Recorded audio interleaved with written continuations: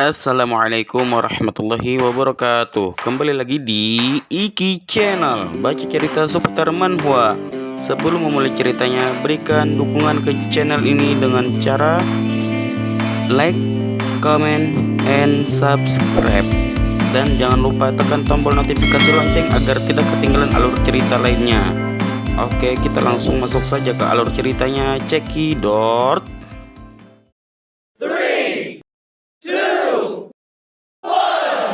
Yohan pun bilang kepada Huan pun menjawab, "Iya Hyung, di mana kau?" Yohan menjawab, "Aku hampir sampai. Singkirkan semua orang dari tempat parkiran sekarang." Huan pun menjawab iya. Yohan berkata, "Ada banyak zombie di sini, aku menginginkan agresi. Jadi aku memberitahumu untuk mundur dari tempat parkiran." Ternyata Yohan menarik perhatian semua zombie agar mengikutinya ke kampnya. Scan pun beralih di dalam ruangan, yang mana ada para penyintas dan para tentara. Huan pun terlihat panik dan berkeringat. Yohan pun berkata, "Kerja bagus Huan." Yohan bergumam, "Tegang sekali." Yohan melirik ke arah tentara. Terlihat muka tentara yang arogan. Yohan pun bergumam, "Jumlahnya sekitar satu peleton atau regu." Yohan berkata, "Maaf membuatmu menunggu aku Yohan." Tentara itu pun berkata, "Apakah ini perbedaan kekacauan di sini? Aku Letnan Cadangan Ahn Jomen dari Kompi Cadangan Yak Daedong. Karena pasukan kehabisan persediaan, kami meminta persediaan dari sipil sebagai tanggapan darurat perang. Kami akan berterima kasih untuk kerjasama kalian." Yohan bergumam, "Yak Daedong, jika itu adalah kompi cadangan, bahkan jika mereka bertarung mereka tidak akan terlempar dari senapan." Yohan berkata, "Apakah ini termasuk yuridiksi kompi Yak Daedong?" Letnan pun berkata, "Itu," dia bergumam. "Kau," Letnan melirik ke arah pistol Yohan. Letnan berkata, "Sudah lama sejak aku meninggalkan unit. Tapi saat aku berkeliling ternyata seperti ini, tolong kerjasamanya." Yohan pun melotot dan sambil bergumam, "Seluruh tempat adalah kekacauan dan ada toko game juga, toko yang sedang diskon besar-besaran di dekatnya. Tapi kenapa mereka malah datang ke tempat para penyintas dan berbuat semau mereka?" Tiba-tiba Letnan itu mengangkat senapan. Yohan berkata, "Senapanmu, tidak ada pelurunya, jadi kalian sengaja datang ke sini untuk memalak." Salah satu tentara itu berkata, "Jika kau tidak mau bekerja sama bahkan dengan paksa akan kami lanjutkan. Kau adalah warga sipil tapi mengertilah bahwa ini kondisi perang." Masing-masing dari mereka pun mengacungkan senjatanya. Terlihat Pak Seojung juga sudah siap untuk menembak. Terlihat tentara itu gugup dan berkeringat. Yohan bergumam, "Melihatnya bereaksi keras, aku tepat mengenainya, tidak ada gunanya bertarung dan menang." Yohan pun berkata, "Aku akan bekerja sama." Letnan itu pun terkejut. "Apa?" Yohan pun berkata, "Tetapi ada syarat." Penduduk kamp berkata, "Apa?" Yohan bergumam, "Bahkan jika kau terlihat murah hati, kau tidak bisa membiarkannya begitu saja." Yohan berkata, "Tolong jawab pertanyaanku. Ini situasinya jadi aku punya banyak pertanyaan." Letnan berkata, "Apa pertanyaanmu akan ku jawab asal bukan soal keamanan." Yohan berkata, "Apa kau bisa menghubungi atasanmu? Apa kalian punya rencana untuk membasmi zombie atau menyelamatkan para warga?" Letnan pun terdiam. Yohan bergumam, "Menggantung sekali." Letnan berkata, "Sudah lama sejak komando antara divisi dan kop terputus." Yohan bertanya, "Sudah berapa lama kalian di sini?" "Aku tahu sebagian besar jalan Bunci lumpuh. Aku datang ke sini karena jalanan di dekatnya lumpuh, hanya ada ruang di jalur Pyeongcheon Rorang dan Songnae Daero." Yohan bergumam, "Sekarang aku bisa memahami rute aneh mereka." Yohan berkata, "Berapa banyak personil di unit kalian? Apa mereka saling mengenal?" Letnan berkata, "Itu sulit untuk memberitahukan padamu." Yohan bergumam, "Sial, ini pertanyaan penting. Bagaimanapun mereka adalah orang yang tersesat, walaupun kembali ke unitnya mereka akan disambut oleh teman-temannya yang sudah menjadi zombie. Kiamat zombie menghancurkan markas angkatan bersenjata dari yang teratas. Dimulai dari Kemenhan Nasional, unit setingkat divisi dan brigade telah runtuh. Sebaliknya pasukan khusus ditempatkan dalam jumlah yang kecil. Unit dengan daya tembak yang cukup seperti brigade lapis baja itu bertahan sampai akhir, tapi akhirnya terkena gelombang zombie atau dihancurkan oleh divisi internal. Detailnya tidak diketahui pada saat itu, tapi sekarang sudah 6 bulan kemudian. Harus dikatakan bahwa sistem komando sudah benar-benar runtuh. Kurasa beraliansi akan sulit karena budaya struktur organisasi khusus tentara. Jika kau tersesat, kau tidak harus berubah ke situasi ekstrim di mana kau ingin membunuh semua orang." Yohan pun bertanya, "Berapa banyak perbekalan yang kalian butuhkan?" Letnan berkata, "Kurasa kami hanya perlu mengambil setengahnya dari yang ada di sini." Yohan berkata, "Bukankah itu sama saja dengan merampas?" Tiba-tiba salah satu tentara berteriak, Apa maksudmu mengatakan begitu?" Sarah pun angkat bicara, "Hei, apa kau tidak lihat ada banyak orang di sini? Kau tahu sendiri sesulit apa untuk mengumpulkan perbekalan ini. Dan apa kalian juga melakukan hal yang sama?" Tentara itu pun kesal dan berkata, "Sialan, kenapa kau banyak omong sekali?" Sarah pun mengejek, "Aku tidak salah, apa kau malu?" Tiba-tiba Yohan mencengkram dagu tentara itu dan berkata, "Jangan mencari masalah dengan anggotaku, perjanjian batal jika itu terjadi sekali lagi." Yohan bergumam, "Apa aku harus membunuhnya?" Tentara itu bergumam, "Sial, dia kuat sekali." Tentara itu bicara, "Awas kau lepaskan aku." Tiba-tiba letnan berbicara, "Park Jong-sa, sudah hentikan. Tetaplah diam karena ini sudah berjalan dengan baik seperti yang kita harapkan." Jong-sa pun meminta maaf. Yohan bergumam, "Bahkan setelah melihat reaksi para penyintas, apa kau tidak akan mengurangi jumlah perbekalan yang akan kau ambil? Setengah, itulah kenapa jika kau menunjukkan dukungan kau tahu itu benar." Yohan berkata, "Ambil." Terlihat Sarah dan Huan protes kepada Yohan. "Hyung," Yohan bergumam, "kehilangan setengah dari total jumlah makanan di halaman tempat kami bertambah adalah sebuah pukulan besar." Letnan pun hormat kepada Yohan dan berkata, "Terima kasih atas kerjasama Anda. Permisi bawa anak-anak dan pindahkan ke tempat parkir." Prajurit pun berkata, "Siap Pak." Huan bertanya, "Hyung, kenapa kau membiarkan itu?" Sarah berkata, "Aku membiarkannya, tapi apa yang kau pikirkan?" Yohan menjawab, "Tenang sajalah soal itu, mereka tidak bisa bergerak sedikit pun setelah mereka membawa semua itu." Mereka terkejut. Sarah bertanya, "Kenapa?" Yohan menjawab, "Kenapa, apa ada begitu banyak hal baik di luar?" Mereka pun bingung. Yohan pun tersenyum dan berkata, "Sweeper, kemarilah tolong bantuannya." Sweeper pun mulai takut atas perkataan Yohan, Scan pindah ke tempat parkiran. Salah satu tentara berkata, "Tapi komandan peleton, membawa banyak sekali, bukankah ini bahaya?" Sedikit demi sedikit membawa beberapa kali, salah satu tentara itu berkata, "Aku tahu kapan mereka akan berubah pikiran." Komandan menjawab, "Jangan khawatir, saat aku datang hanya ada sedikit zombie di siang hari, kau hanya perlu berhati-hati." Setibanya mereka di pintu keluar, tiba-tiba banyak zombie yang sudah berkumpul. Mereka pun terkejut. Salah satu prajurit itu berkata, "Komandan peleton." Komandan berkata, "Tadi hanya ada sekitar 5 saat aku datang. Tahan dan diamlah, kurangi beban yang kau bawa menjadi 2. Ayo pergi dengan 4 orang membawa box dan 4 orang mengawal." Zombie itu pun melihat ke arah prajurit itu, dan menuju ke arah mereka. Prajurit itu pun memukul zombie itu, salah satu zombie menuju prajurit yang lain. Prajurit itu berkata, "Awas, menyingkir." Tiba-tiba perhatian semua zombie ke arah mereka. "Kena azab kan, udah merampas hak orang, itulah balasannya, hahaha." Salah satu prajurit itu pun digigit oleh banyak zombie, prajurit itu pun meminta tolong. Prajurit lain pun berkata, "Kang Le Byeong." Komandan pun memberikan perintah, "Mundur, buang semua barang bawaan kalian dan kembali ke parkiran." Terus prajurit yang tergigit itu pun tetap meminta tolong. "Komandan peleton, tolong aku." Namun komandan dan prajurit lainnya tetap menghiraukannya saja. Prajurit itu berkata, "Tolong jangan tinggalkan aku." Komandan pun menambah kecepatan, ternyata ada kontainer yang menghalangi pintu parkiran. Mereka pun bergumam, "Diblokir." Sembari kelelahan, komandan masih bergumam, "Aku tidak punya waktu untuk meminta bantuan, apa pasrah saja." Tiba-tiba zombie pun sudah ada di samping komandan yang siap menggigit. Anak panah pun meluncur sangat cepat menembak zombie itu hingga terpental. Penyintas dari kampung menembaki zombie memakai ketapel dan membunuh zombie-zombie itu. Prajurit dan komandan itu pun terkejut. Komandan pun terlihat menangis, "Wah, kakak udah merampas punya orang gak guna lagi." Yohan pun berkata, "Ini jadi kau membuang makanan yang telah kau dapatkan di jalanan. Itu sulit." Komandan itu pun berkata sembari menangis. Ada banyak sekali zombie di luar." Yohan pun berkata sambil tersenyum. "Jadi haruskah aku membantu kalian semua?" Para prajurit gak guna itu pun tersenyum. Komandan berkata, "Apa kau mau?" Yohan berkata, "Tentu saja, inilah orang-orang yang bekerja untukku. Sebagai gantinya kalian hanya bisa mengambil 1/4 dari perbekalan, dan sebagai imbalan atas perbekalan itu aku akan mendapatkan informasi tambahan." Komandan itu menjawab, "Informasi tambahan, maksudmu?" "Iya, tolong beritahu aku lokasi unit di sekitar yang bisa untuk mendapatkan amunisi aktif." Komandan itu pun masih arogan dan berkata, "Omong kosong." Yohan memberikan peringatan kepada komandan itu dengan cara menembak zombie menggunakan pistol. Komandan itu pun ketakutan. Yohan berkata, "Jika kau tidak menyukainya, kau tidak bisa menolaknya." Zombie pun mulai berdatangan. Komandan itu berteriak, Apa yang dilakukannya ini? Sembari bergumam, itu juga tugas pria ini untuk mengatasi zombie di luar. Johan pun berkata, kaulah Letnan Gun yang rakus sejak awal kami hanya bekerja sama yang murni dengan tuntutan yang tidak adil.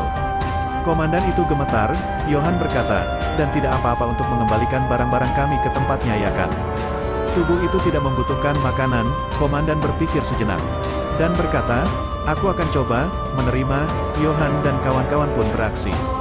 Sweeper pun menebas zombie-zombie itu, Hajin pun juga tidak ketinggalan.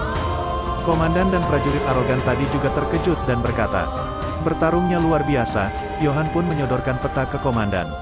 Dan berkata, sekarang di peta ini dan tunjukkan lokasi pasti dari unit serta amunisinya. Komandan itu pun masih panik, banyak mayat bergelempangan. Dan zombie yang menunggu di luar sana, lalu komandan pun memegang pulpen. Dan berkata, begini cukup sekarang, Johan menjawab. Tidak belum, komandan berkata, apalagi, Johan berkata. Tinggalkan setengah dari senjata yang kau miliki, mereka pun terkejut. Komandan berteriak, omong kosong, kau bahkan meminta milik peleton pendukung. Johan berkata, jadi kalian tidak mau seperempat dari perbekalan kami. Senjata api adalah alat pengamanan jika kau memberikannya kau bisa pergi dengan perbekalan itu. Komandan berkata, kau untung bahkan meski itu tergolong paksaan. Johan berkata, tidak banyak senjata api yang tidak digunakan di dalam unit ini.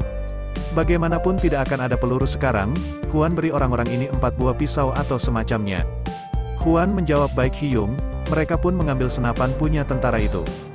Lalu Johan menepuk pundak tentara itu dan berkata, nah tunjukkan saja kesanmu kerutan di wajahmu.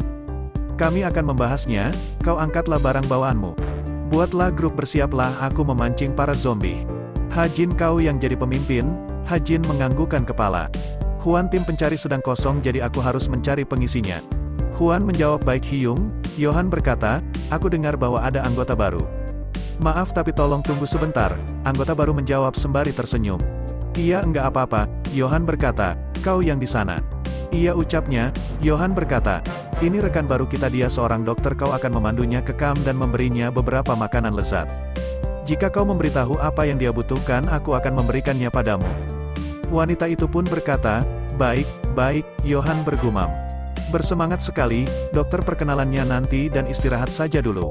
Dokter menjawab, ya terima kasih. Petugas di parkiran sudah bersiap di pintu keluar dan saat aku beri sinyal masuk ke kendaraan. Sinyal dimulai saat ketiga tembakan terdengar, scan beralih di dalam dan penjaga di atas memantau di jendela. Pintu pun terbuka, Johan pun berjalan, mendatangi segerombolan zombie. Zombie itu pun melihat ke arah Johan pun memompa pistolnya. Lalu Johan pun menembaki zombie-zombie itu, zombie di depan pintu parkir pun menoleh ke belakang kepala zombie itu pun pecah akibat tembakan Johan. Komandan pun terpukau dan berkata, luar biasa zombie sebanyak itu habis. Komandan bergumam, di dunia yang sama sekarang zombie bisa dengan bebas dihabisi. Hajin berkata, apa yang kau lihat sampai melongo, cepat bawa mereka ke kendaraan pengangkut. Komandan itu bergumam, apa orang-orang ini baik-baik saja dalam situasi seperti ini. Scan pun beralih ke jalanan di luar banyak mayat yang berserakan. Hajin pun mulai membunuh zombie yang tersisa di jalanan. Hajin pun menendang zombie itu hingga terpental, dan berkata dapat. Hajin terkejut, Johan berkata, apa aku datang lebih awal dari yang kau kira? Sera berkata, kau sudah sampai sini, bagaimanapun dia memang manusia yang lincah. Komandan bergumam, orang itu siapa dia sebenarnya? Situasi pun sudah mulai aman, para prajurit itu pun memindahkan pasokannya ke dalam kontainer yang dia bawa. Terlihat banyak ransum berserakan, Johan bergumam, apa kau tidak tahan jika tidak bertempur? Komandan itu menutup bagasi kontainer itu dan memberikan hormat kepada Johan. Johan bergumam, jika ini akan menjadi kerjasama maka itu akan menjadi kerjasama. Prajurit itu pun meninggalkan kamp Johan, Sera berkata. Tapi sweeper tidak kelihatan sejak tadi, kemana kau pergi? Johan berkata ikuti mobilnya, sweeper pun sudah ada di atas mobil prajurit itu. Sera berkata, apa yang sedang kau lakukan? Pasti, untuk membunuh semua orang. Johan tersenyum, dan kita diperlihatkan Johan berbicara kepada sweeper sebelum kejadian tadi. Sweeper kemarilah mohon bantuannya, kau harus mengikuti tentara itu dan melakukan pengintaian. Sweeper menjawab, pengintaian, apa kau ingin membiarkannya lalu menghabisi mereka? Johan menjawab, memangnya aku kelihatan seperti psikopat. Mataku sedikit tidak fokus cari tahu apakah ada penyintas yang cukup beruntung untuk bertahan hidup dan apa kau bisa membantu di sana. Aku menggulungnya terlalu keras untuk sesuatu seperti ini. Bagaimana jika dinilai berbahaya? Bawalah kau pergi sendiri. Sweeper bergumam, itu keren tapi berbahaya. Johan pun berpikir sejenak. Agak sulit untuk memperbarui barang bawaan sendiri. Sweeper berkata, itu berarti jika kau meminta bantuanku sama saja kau percaya padaku. Aku tidak boleh mengecewakan kepercayaan itu. Kontainer itu pun tiba-tiba berhenti, ternyata mereka sampai di kampnya. Tentara itu pun mengobrol, meski begitu apa anak-anak akan senang dengan barang-barang ini. Ini tidak cukup tapi bisa untuk bertahan beberapa hari kurasa. Komandan berkata, anak-anak kami sampai. Komandan itu pun menjatuhkan perbekalan itu dan terkejut. Semua anggotanya sudah mati, dan ada yang tergantung. Komandan pun berkata, Sang Cheol, salah satu prajurit berkata, apa yang terjadi? Itu Ajab merampas milik orang Wak. Sweeper pun bergumam, ini bukan zombie. Ada orang yang telah membantai mereka semua. Terlihat jejak sepeda motor di depan Sweeper, mereka mengendarai sepeda motor. Apa mereka? Dan Sweeper pun melihat tanda kematian yang pernah dia lihat di rumah sakit. Itu yang kulihat di rumah sakit, pesan yang sama. Kalau kita terjemahkan arti Here itu di sini. Kalau kita baca dengan situasinya kami di sini, Sweeper bergumam. Ada pasar di antara rumah sakit dan tempat ini, apa pasarnya dilewatkan? Sweeper menghubungi Johan, Hyung ini aku bisakah kau mengecek dinding di luar gedung perbelanjaan sebentar? Oke ucapnya, Sweeper pun memasang muka yang serius. Scan beralih ke pusat perbelanjaan, Huan berkata, ada apa ini? Ternyata tanda Here, yang bertuliskan dengan darah manusia. Johan pun mulai panik dan berkeringat. Johan memanggil Huan. Huan menjawab, iya Hyung. Johan berkata, pertama rahasiakan ini dari yang lain dan persiapkan pasukan tempur. Huan bertanya, apakah kita bersiap bertempur? Johan berkata sambil marah. Iya, ada bocah-bocah psikopat gila di sekitar sini, maksudnya. Musuh? Johan bergumam, tidak langsung menyerang dan hanya menandai seperti ini. Sangat mungkin kalau mereka mengetahui ada senjata di sini.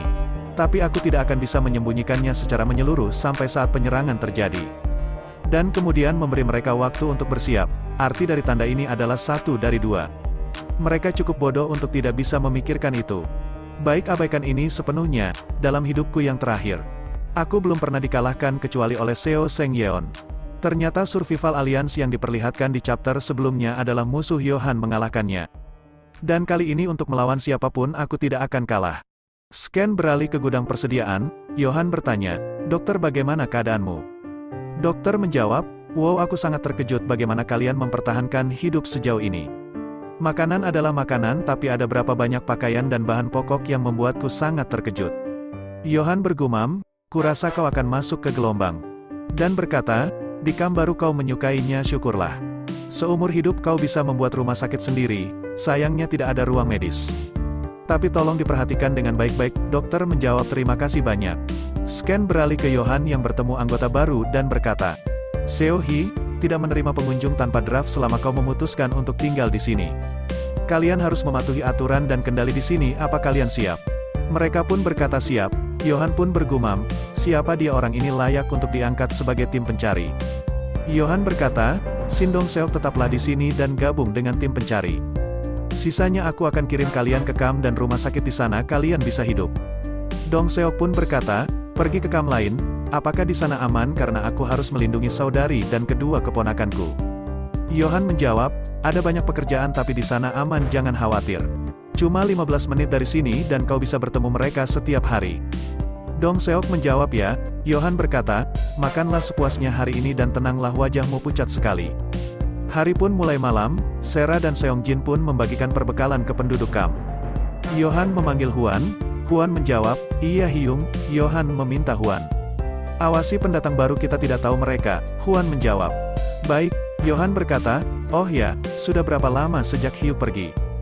Huan menjawab, Hyuk, sudah lebih dari seminggu, Johan berkata. Terlambat, Huan menjawab, aku tahu itu terlambat, hari pun mulai pagi. Johan berkata, grup pencari ayo bekerja, mereka pun berkumpul di parkiran. Johan berkata, hari ini aku akan pergi ke rumah sakit dan mendrop perbekalan. Setelah itu menggeledah satu persatu bangunan yang lain. Jadi kau harus mempersiapkan diri mulai sekarang paham? Seok Dong menjawab, iya tidak masalah, Johan berkata. Jika mau kau bisa dapat tempat yang lebih nyaman Dong Seok. Seok menjawab tidak perlu terima kasih, hari pun mulai siang. Johan sudah tiba di rumah sakit dan menaruh perbekalan di sana. Penduduk kamp RS pun berkata, "Wah, pakaian baru." Shin pun berkata, "Sejujurnya aku khawatir kau tidak akan kembali ke sini, ini dunia yang tidak dapat aku percayai." Yohan berkata, "Aku mengerti." Yohan memberikan senapan kepada Shin. "Terimalah ini, terima kasih untuk yang sebelumnya." Shin pun kaget dan berkata, "Alat berharga ini kenapa?" Yohan berkata, "Ambillah yang ini juga. Ini harus dimiliki oleh pemimpin kamp rumah sakit Tuan Gaepso." Namanya berubah lagi. Gaepso pun menangis dan berkata, "Terima kasih." Scan beralih ke dalam ruangan, terlihat Yohan dan tim membuka peta. Dan berkata sambil menunjuk lokasi, "Kita akan pergi ke tempat yang di lingkaran ini." Saat pencarian selesai, pecahkan jendela dan hancurkan semua kenop pintu. Hajin berkata, "Kenapa ini sangat merepotkan, kita kan hanya perlu menghilang secepatnya. Mendobrak pintu akan menarik perhatian para zombie." Yohan berkata, "Kau bisa memperlambat mereka, hal yang penting adalah memperluas area tersebut meskipun memakan banyak waktu. Kalau pintunya tidak dikunci lalu kacau, jadi tidak bisa berfungsi sebagai tempat berteduh." Hajin pun mulai bingung. Yohan berkata, "Artinya aku tidak akan mentolerir siapapun yang merayap ke daerah kita dengan tanpa izin." Berbicara dengan ekspresi yang menyeramkan, Hajin dan Sera pun bergumam, "Lagi pula orang ini adalah yang paling jahat." Scan beralih lagi. Dengan mereka menghancurkan gagang pintu yang ada di sekitar kamp. Yohan berkata, "Di sini kita dapat melihat area sekitar pasar secara sekilas. Sampah pun terlihat berserakan." Yohan bergumam, "Tidak ada yang lain, hanya ada bungkus makanan. Ini berarti bahwa masih ada orang sampai sekarang." Tiba-tiba Yohan dipanggil. Yohan cepat kemari. Yohan pun lari ke sana, dan bertanya ada apa. Ternyata ada zombie yang tertempel di tembok. Zombie itu ternyata adalah direktur yang Yohan dan Hajin cari selama ini. Ingatlah si geng codet. Waktu Yohan pertama kali bertemu Hajin dan Sweeper, Yohan pun bergumam, "Direktur itu?" Hajin berkata, "Bukannya dia ini si direktur." Yohan berkata, "Ya itu dia." Dong Seo pun mau muntah. "Aku mau huek-huek." 3 zombie yang tertempel itu pun mengaum. Yohan berkata, "Akan sangat merepotkan jika ada lebih dari satu kelompok yang melakukan ini." Yohan memperlihatkan ekspresi tidak senang, lalu Yohan membunuh zombie itu dengan cara ditusuk menggunakan pisau. Hari pun mulai malam, terlihat Yohan sedang tertidur.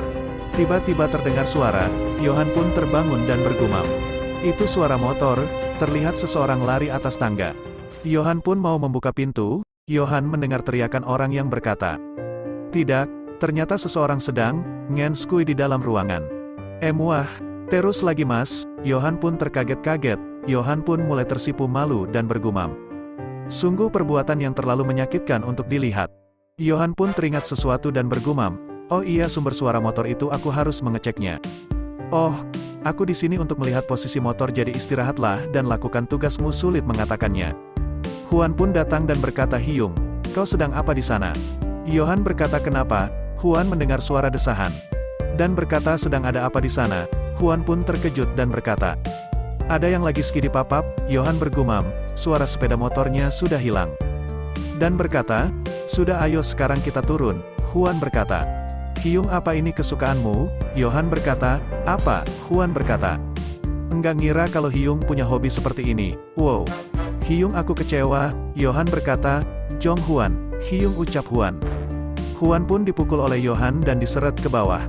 "Sudah diam, ayo kita turun sekarang." Hari menjelang siang. Terlihat Hajin yang sedang berlatih bersama seseorang menggunakan pedang kayu. Hajin pun membanting dan menguncinya. Ternyata Hajin sedang melatih para anggota baru. Yohan bergumam, "Mereka sudah berkeliling pasar ini setiap malam selama beberapa hari terakhir. Seperti hyena yang berkeliaran dengan santapan ternak di depan mereka. Haruskah aku menekan mereka, atau haruskah aku menunggu dan melakukan serangan balik?" Yohan berkata, "Hari ini ayo lakukan itu, setiap orang sedang istirahat. Sore hari akan dibagikan senjata api, Hajin pimpinlah." Hajin bertanya, "Harus pergi kemana?" Yohan menjawab, "Kamu nanya, kamu bertanya-tanya, sini aku jawab ya, bawalah senjata api." Hajin bertanya-tanya, hari mulai siang hari, terlihat banyak senapan di dalam tas. Yohan pun membawa tas itu. Yohan menggunakan sepeda motor dan pergi. Yohan bergumam, para penyintas kamp sedang dipersiapkan secara fisik dan mental. Bahkan jika keterampilan mereka tidak cukup, semua orang melakukan yang terbaik untuk mengikutinya. "Sejujurnya, mulai sekarang aku tidak ingin menggunakan satu orang pun." Scan beralih dengan kita diperlihatkan anak SMA yang sedang menangis dan berkata, "Pak tentara," komandan berkata, "Kalian masih hidup?" Komandan bertanya, Kenapa, apa yang terjadi?